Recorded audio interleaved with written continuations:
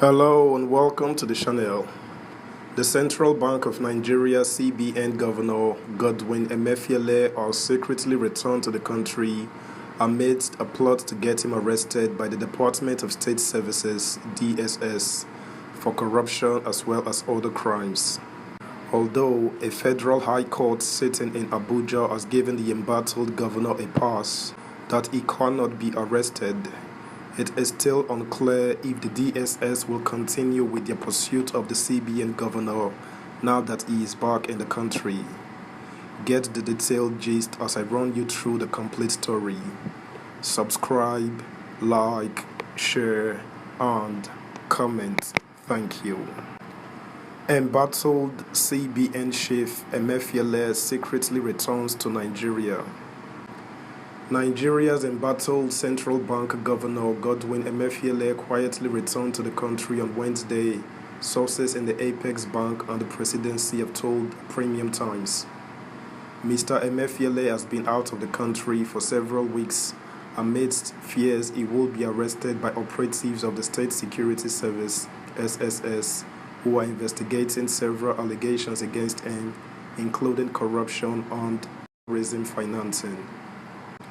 A presidency source, however, told Premium Times that the CBN governor got President Muhammadu Buhari's permission for 2 weeks of leave, which expired on Tuesday.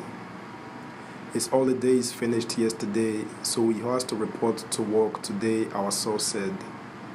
Premium Times also learned that Mr. Emefiele is planning to leave the country again very soon, afraid the secret police could eventually arrest him amidst the continuous power play at the highest levels of the Nigerian government.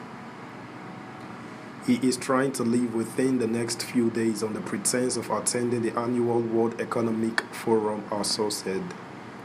Senior Special Assistant to the President on Media and Publicity, Garba Shehu, and the spokesperson of the Central Bank of Nigeria, Osita Nwanisobi, did not respond to calls and text messages put across to them regarding the matter as of press time Thursday morning.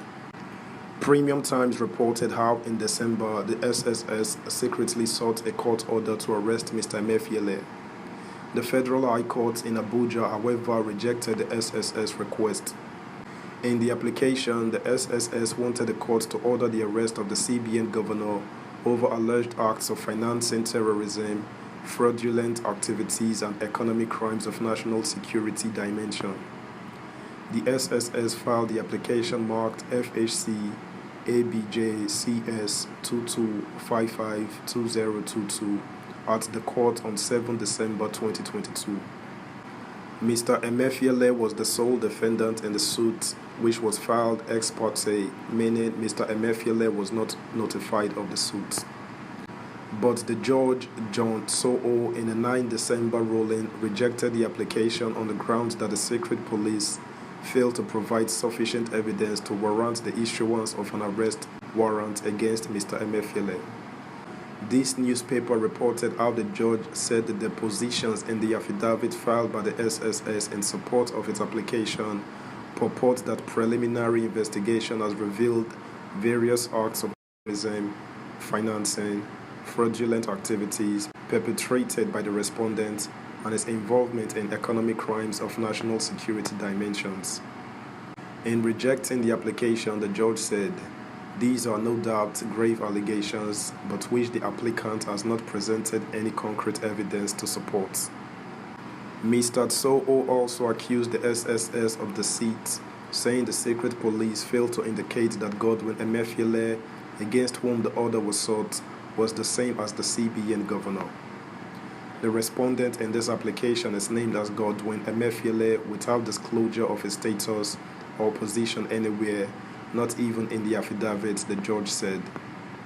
Mr. Soo wrote that considering the sensitive position held by Mr. Emefiele, the permission of Mr. Buhari ought to have been sought before the bank chief is arrested.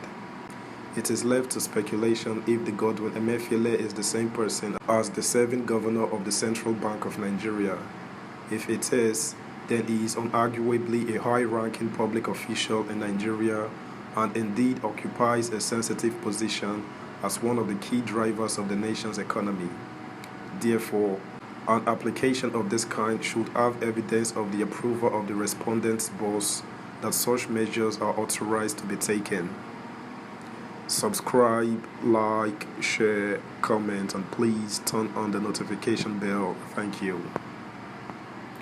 Meanwhile, about 2 weeks after Mr. Tsoho gave his order, Emefiele got another reprieve from a separate court.